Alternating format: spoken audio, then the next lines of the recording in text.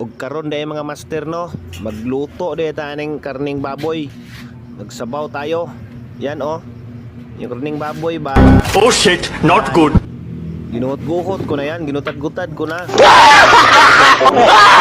Tubig para hindi tayo madugay ba. Ayan, nilunod ko na yung baboy. Tapos ginutad-gutad ko na dyan yung sahog. Pagkulo, ayan. Matik. Laglag na yung mga sahog dyan.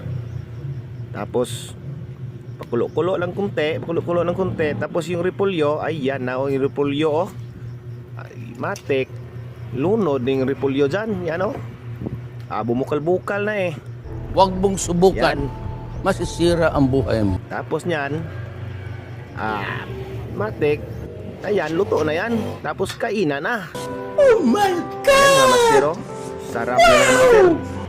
Tapos may bahaw sa Jollibee. Yung ginamos, buak ang bahaw sa Jollibee. Ayan mga master oh.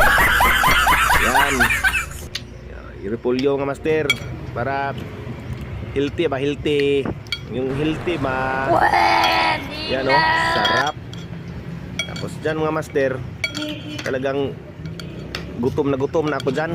Kaya binanatan ko ng binanatan yung baka ko sa Jollibee. Yan oh. Yan, sarap. Dito na lang ako mga master.